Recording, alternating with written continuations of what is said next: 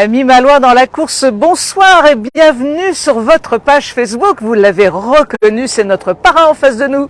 Alors bonjour Parrain, comment tu vas? Ça va bien, ça va très bien. Thibaut, Vauchel, Camille, bien entendu. Thibaut, tu vas partir pour ta 3e route du Rhum. Alors on va évidemment parler de tout ça. On va parler de toi. D'abord, comment vas-tu? Bah écoute, je vais bien. J'apprécie le fait que je sois bien entouré pour m'aider à préparer et la partie technique sur le bateau et puis c'est toute la partie aussi organisationnelle, logistique, administrative qu'impose un tel événement. Alors justement, on va parler après de ton équipe. On va d'abord parler de ton bateau, solidaire en peloton, magnifique, le très beau bateau bleu que tous les Malouins connaissent. Il est pour l'instant ici, à Duguay-Trouin, au quai Duguay-Trouin, en pleine préparation technique là. Le bateau, ouais, il a été remis à l'eau début septembre, après une mise au sec d'un mois pour faire une petite révision après une saison sportive assez soutenue, avec notamment un aller-retour en Méditerranée, avec de la Corse, Nice, de la mer Celtique 2 fois, de la Manche, de l'Atlantique. Et il y a apporté aussi quelques évolutions qui vont être propres au parcours de la route du Rhum, avec un système de ballast commandé en extérieur, avec une nouvelle source d'énergie qui sont des panneaux solaires qui sont mis donc sur des bâches aéro, donc avec aussi une vocation derrière de performance.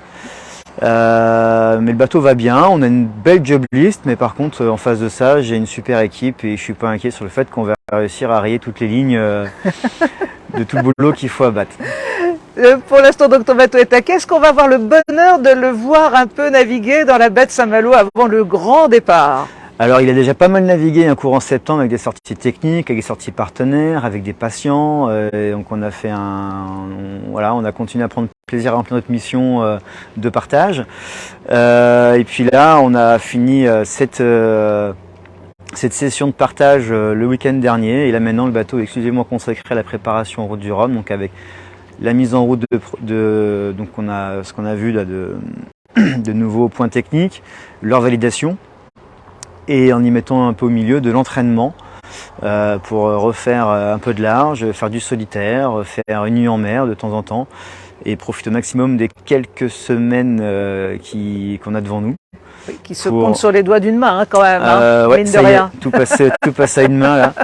En termes de semaines, et donc voilà, ça arrive vite, mais on sait où on va, donc le bateau va bien, je vais bien, l'équipe va bien. Donc à partir du 25 octobre, on va te voir dans le bassin Vauban ou Duguay-Trouin, où est-ce que tu seras? Alors là, le plan de répartition des bateaux dans les bassins a changé pour nous par rapport à il y a 4 ans, donc on sera bassin Duguay-Trouin face à l'esplanade Saint-Vincent, donc qui est un endroit à la fois particulier à atteindre parce qu'il faut passer un pertuis qui est juste 2 mètres plus large que le bateau, mais ça on le fait régulièrement et avec de l'élan et beaucoup de concentration ça passe bien. Par contre ce qu'on va gagner c'est une position dans le village assez centrale, donc en termes de visibilité on espère en avoir le bénéfice. On va parler de ton équipe avant de revenir sur le nombre impressionnant de partants sur cette 12e édition de Route du Rhum. On disait avec tes autres collègues skippers que c'est une route en solitaire, c'est une course en solo, mais la préparation elle est bien en équipe. Ah bah complètement, de toute façon il faut se dire qu'il n'y a pas plus accompagné qu'un solitaire. Donc là en équipe, sur la partie technique on est 3 à plein temps, la partie à terre c'est quasiment c'est 2 à plein temps et plus moi qui vais à droite à gauche pour accompagner des sujets techniques ou valider des sujets administratifs, de communication. Donc ouais, il y a une belle équipe, tout le monde se connaît, tout le monde s'apprécie et je sais que ça bosse bien. Avec tout un plan de communication qui s'associe évidemment avec un événement tel que celui de la Route du Rhum, et tu me disais en préparant cette émission qu'il y a quelque chose qui t'ennuie beaucoup, mais tu n'as pas le choix, malheureusement, tu ne peux pas dire oui à tout le monde. Exactement, la course au large en général et la Route du Rhum en particulier crée un intérêt, un attrait auprès du public qui est très impressionnant, notamment chez les enfants. Et donc on a pas mal d'écoles et de classes d'enseignants qui me contactent pour savoir s'il y avait moyen de faire des rencontres. Là on est depuis quasiment 2 semaines, on refuse une fois par jour au moins une demande d'accompagnement et malheureusement, au risque de faire des déçus et de faire des promesses que je ne pourrais pas tenir en termes de disponibilité, il a fallu s'arrêter. Donc là on est quand même rien que sur la partie métropole, hein, donc c'est Saint-Malo, l'Agglo, le département et même la région jusqu'en Outre-mer. Et en Île-de-France, on est déjà à plus d'une dizaine d'établissements avec qui on bosse en échange. Considérable. Il y en aura aussi en Guadeloupe forcément.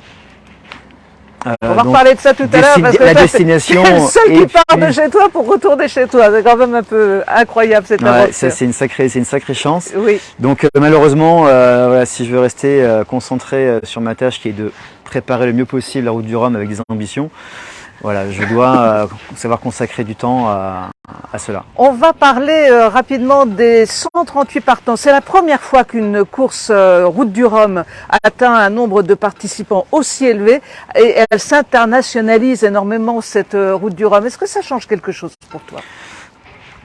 Ce succès de la route du Rhum où on a vu on est passé de 123 en 2018 à 138 cette année, nous on le vit comme un très bon signe pour l'intérêt qu'on a pour notre sport. Maintenant nous on a la chance d'être à Saint-Malo, on a nos repères, notre emplacement pour le bateau, tout le monde est sur place pour travailler.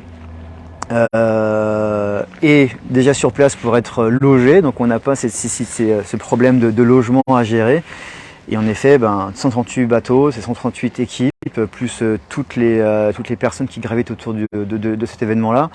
Et ça crée une tension sur les logements, l'organisation de la restauration, sur des stationnements et sur la circulation. Donc nous, on est un peu protégé de ça.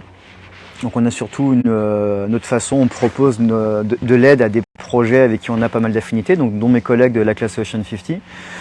On les met de mèche avec des restaurateurs avec qui on a des très bonnes relations.